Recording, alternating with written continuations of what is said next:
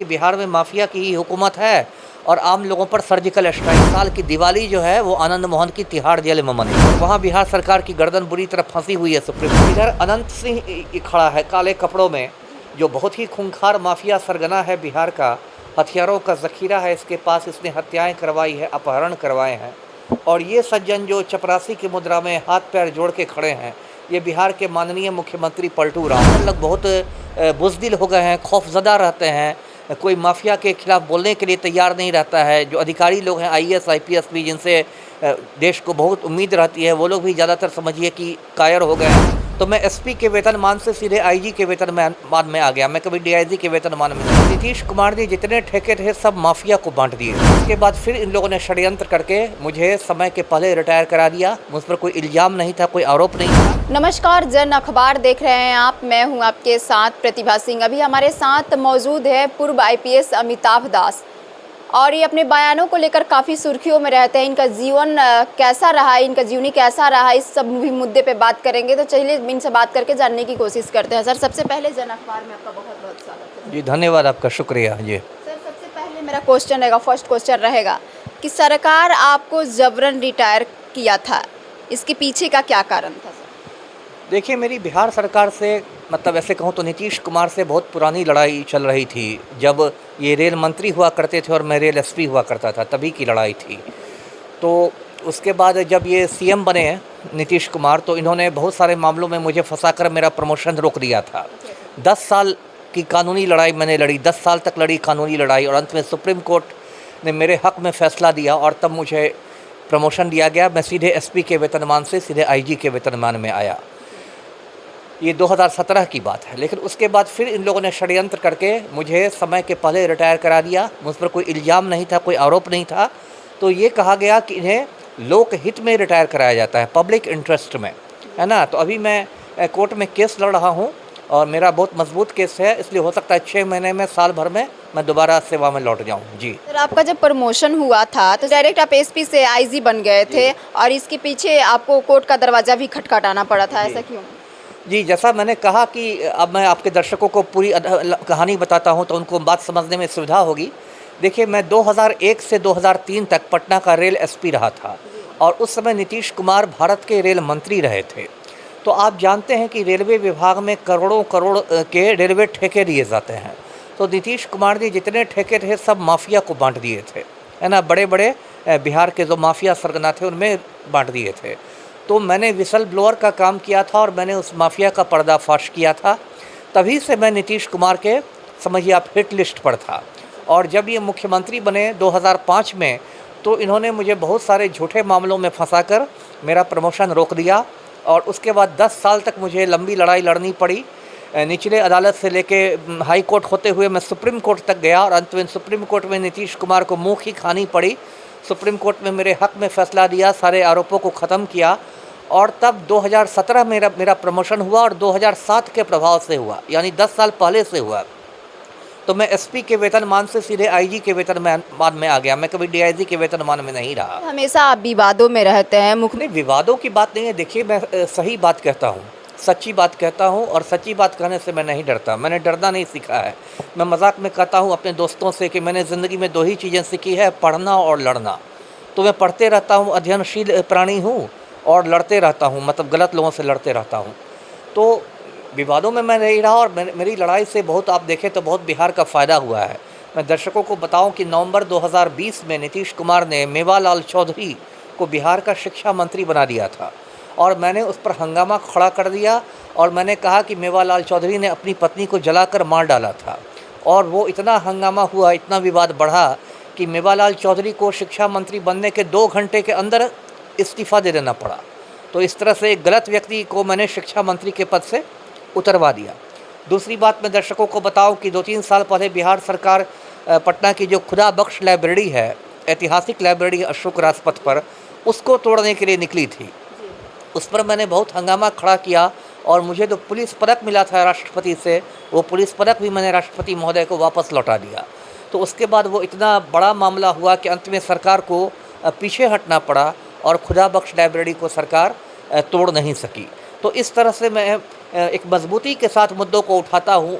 मैंने पाया है कि ज़्यादातर लोग बहुत बुज़दिल हो गए हैं, खौफज़दा रहते हैं, कोई माफिया के खिलाफ़ बोलने के लिए तैयार नहीं रहता है। जो अधिकारी लोग हैं आईएएस, आईपीएस भी, जिनसे देश को बहुत उम्मीद रहती है, वो लोग भी ज़्यादातर समझिए कि कायर हो गए हैं, कवर्ड हो गए हैं और कोई स्टैंड नहीं लेते हैं और आम जनता में भी बहुत खौफ का माहौल है। मीडिया भी काफ़ी हद तक बिक चुका है। तो वैसी हालत में मैं इन मुद्दों को मजबूती से उठाता हूँ। जी। फिर आपने ये भी आरोप लगाया था कि आनंद सिंह जो है उनसे आपको जान का खतरा है, जी, बिल्कुल। और ऐसा क्या हो गया था कि आपके जान के पीछे पड़ गए थे आनंद सिंह? देखिए, जैसा कि मैंने बताया कि मैंने माफिया से लंबी लड़ाई लड़ी है। मैं जब बाढ़ में पोस्टेड था उस समय एएसपी था बाढ़ अनुमंडल में, 1997 की मैं बात कर रहा हूँ। अनंत सिंह वहीं का रहने वाला है। बाढ़ अनुमंडल में ही लदमा गांव है उसका, पुस्तैनी गांव। और मैंने 2009 में ही सूचित किया था सरकार को कि अनंत सिंह के पास अवैध हथियारों का बहुत बड़ा ज़ख़ीरा है। लेकिन अनंत सिंह का नीतीश कुमार पर इतना प्रभाव है कि सरकार ने कोई भी एक्शन नहीं लिया। मैं एक तस्वीर दिखाना चाहता हूँ आपके दर्शकों को। ये तस्वीर देखिए, इधर अनंत सिंह खड़ा है काले कपड़ों में, जो बहुत ही खूंखार माफिया सरगना है बिहार का। हथियारों का ज़ख़ीरा है इसके पास, इसने हत्याएं करवाई है, अपहरण करवाए हैं। और ये सज्जन जो चपरासी की मुद्रा में हाथ पैर जोड़ के खड़े हैं, ये बिहार के माननीय मुख्यमंत्री पलटू राम हैं। तो जब मुख्यमंत्री ही एक माफिया सरगना के सामने चपरासी बन के खड़ा हो जाएगा तो समझिए उस माफिया सरगना की कितनी ज़्यादा ताकत है। तो इसलिए अनंत सिंह की ओर से, उसके गिरोह की ओर से मुझे धमकियाँ मिल रही थी, इसलिए मैंने लिख कर दिया था और यही सच्चाई है। जी। आप ये भी आनंद मोहन के खिलाफ वो भी बोले थे कि मेरे को जान का खतरा, और डीजीपी को पत्र लिखा था और लगातार उनकी रिहाई को लेकर आप खिलाफजार हैं। जी बिल्कुल, आप सभी जानते होंगे कि आनंद मोहन को अप्रैल महीने में जेल से रिहा कर दिया गया, और सिर्फ इसलिए रिहा कर दिया गया क्योंकि हमारे जो मुख्यमंत्री हैं पलटू राम, उनको राजपूत वोट बैंक में सेंधमारी करनी है। और सभी लोग जानते हैं कि आनंद मोहन ने 1994 में गोपालगंज के डीएम कृष्णैया साहब का खून कर दिया था नेशनल हाईवे पर, और उसी मामले में सुप्रीम कोर्ट ने आनंद मोहन को उम्र कैद की सज़ा सुनाई थी। तो कायदे से उसको जेल में रहना चाहिए था, लेकिन ये जो राजपूत वोट बैंक की राजनीति है पलटू राम की, इस वजह से आनंद मोहन को बाहर निकाल दिया गया। और आप इसी से समझिए कि कितना बड़ा ये अनर्थ हुआ कि आनंद मोहन को बाहर निकालने के लिए बिहार सरकार के जेल मैनुअल को बदल दिया गया, यानी कि बिहार सरकार के कायदे कानून बदल दिए गए एक खूनी को बाहर लाने के लिए। तो मैंने इसका विरोध किया। मैंने खुद पटना हाई कोर्ट में एक PIL दाखिल किया, जनहित याचिका की, और मैंने कृष्णैया साहब के परिवार से संपर्क किया जो हैदराबाद में उनकी फैमिली रहती है, और फिर उनकी जो वाइफ है उमा देवी नाम है उनका, वो सुप्रीम कोर्ट में चली गई, और सुप्रीम कोर्ट में अभी उस मामले की सुनवाई हो रही है। अगली सुनवाई 26 सितंबर को है, अगली तारीख, और वहाँ बिहार सरकार की गर्दन बुरी तरह फंसी हुई है सुप्रीम कोर्ट में। और मैं आपके चैनल के माध्यम से दर्शकों को बताऊं कि पूरी संभावना है कि इस साल की दिवाली जो है वो आनंद मोहन की तिहाड़ जेल में मनेगी। जी। तो फिर आनंद मोहन के गैंग की ओर से भी मुझे धमकाने की कोशिश हुई, तो यही सूचना मैंने पुलिस मुख्यालय को दी थी, DGP महोदय को दी थी। जी सर, आपने ये भी आरोप लगाया था कि पटना में महिला रिमांड की होम की 4 मंत्रियों का नाम है और लड़कियां आपसे संपर्क में हुई। जी, वो मैं दर्शकों को बताता हूँ। गाय घाट में पटना में जो शेल्टर होम है उसमें 1-2 साल पहले एक बड़े कांड का मतलब उजागर हुआ था कि वहाँ लड़कियों का शोषण किया जाता था, और उस समय कुछ लड़कियों ने मुझसे संपर्क किया था और उनका कहना था कि हमें मंत्रियों के पास भी भेजा जाता था, बिहार सरकार के मंत्रियों के पास, और उन लोगों ने, मैंने कहा था कि आप लोग नाम बताइए सारे सबूतों के साथ, तो मैं बाकायदा प्रेस कॉन्फ्रेंस करूँगा। लेकिन मुझे लगता है कि फिर उन लड़कियों को किसी तरह की धमकी मिली या कुछ लालच मिला, मुझे मालूम नहीं है। फिर उन लोगों ने मुझसे संपर्क करना बंद कर दिया है। जी। और अभी उस मामले की जांच चल रही है। पटना हाई कोर्ट के आदेश पर पटना के महिला थाना में 2 प्राथमिकियां दर्ज की गई हैं और उस पर जांच चल रही है, और बीच पटना पुलिस हाई कोर्ट में जाके प्रतिवेदन देती है कि जांच में क्या प्रगति हुई। तो पुलिस अपना काम कर रही है। मुझे उम्मीद है कि पुलिस ईमानदारी से काम करेगी और कितना भी ताकतवर आदमी उसमें शामिल हो उसको नहीं छोड़ेगी। अरे आप जानते हैं बिहार में माफिया कितना पावरफुल है। ऐसे संक्षेप में समझिए कि बिहार में माफिया की ही हुकूमत है और आम लोगों पर सर्जिकल स्ट्राइक होता है। तो उन लड़कियों पर भी सर्जिकल स्ट्राइक हो गया होगा, धमकियाँ दे दी गई होगी कि अब जान से हाथ धो लोगी, तो वो लोग फिर पीछे हट गई। लेकिन सर, आपका लाइफ जर्नी कैसा रहा? अब लाइफ जर्नी तो मैं 50 बरस से ज़्यादा, आधी सदी का लाइफ जर्नी कर चुका हूँ, तो इतना संक्षेप में बताऊँगा। लाइफ जर्नी यही रहा कि मेरा जर्नी पूरा मार धार और एक्शन से भरपूर रहा है, और ऐसे मैं छोटे शहर का रहने वाला हूँ, दरभंगा का रहने वाला हूँ, और 94 बैच का मैं IPS हूँ।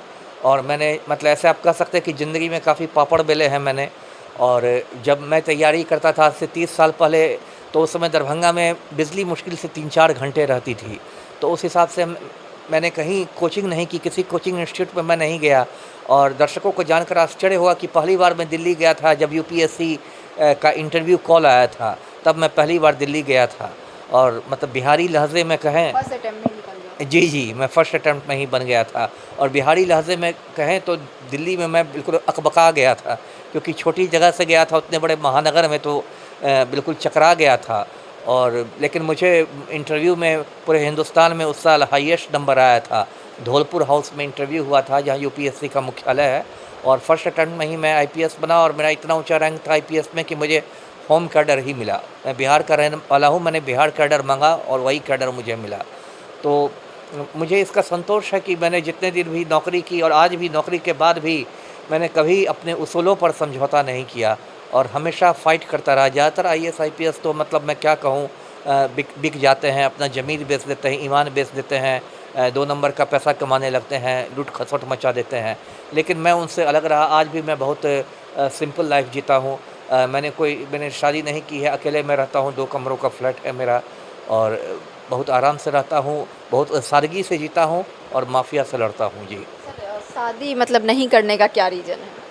अब ये तो अब मुझे लगा कि शादी के बाद मतलब आपका कभी मन नहीं किया कि शादी मेरा भी परिवार हो? नहीं, शादी मुझे लगा कि एक बहुत गृहस्थी जो है वो एक बहुत बड़ा मुझे जंजाल लगा। और मैंने देखा, बहुत सारे अपने साथियों को देखा कि वो शादी के पहले बड़ी बड़ी बातें करते थे, लेकिन शादी के बाद बिल्कुल जो कहते हैं नोन तेल लकड़ी के झंझट में फंस गए, गृहस्थी के जंजाल में, और उनका जो भी उनके आदर्श थे सब पीछे छूटते चले गए।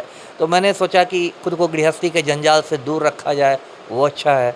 तो ठीक है, मैं अपनी ज़िंदगी से संतुष्ट हूँ। जी। बहुत बहुत शुक्रिया सर हमसे बात करने के लिए। तो ये थे हमारे साथ 94 बैच के पूर्व आईपीएस अमिताभ दास। तो इनका जर्नी कैसा रहा देखा और आपने सुना। ऐसे ही तमाम खबरों के लिए देखते रहें जन अखबार, और इस वीडियो को ज़्यादा से ज़्यादा शेयर कीजिए। अगर हमारे चैनल को अभी तक आपने सब्सक्राइब नहीं किया है और फेसबुक पेज को फॉलो नहीं किया है तो कर लीजिए। धन्यवाद।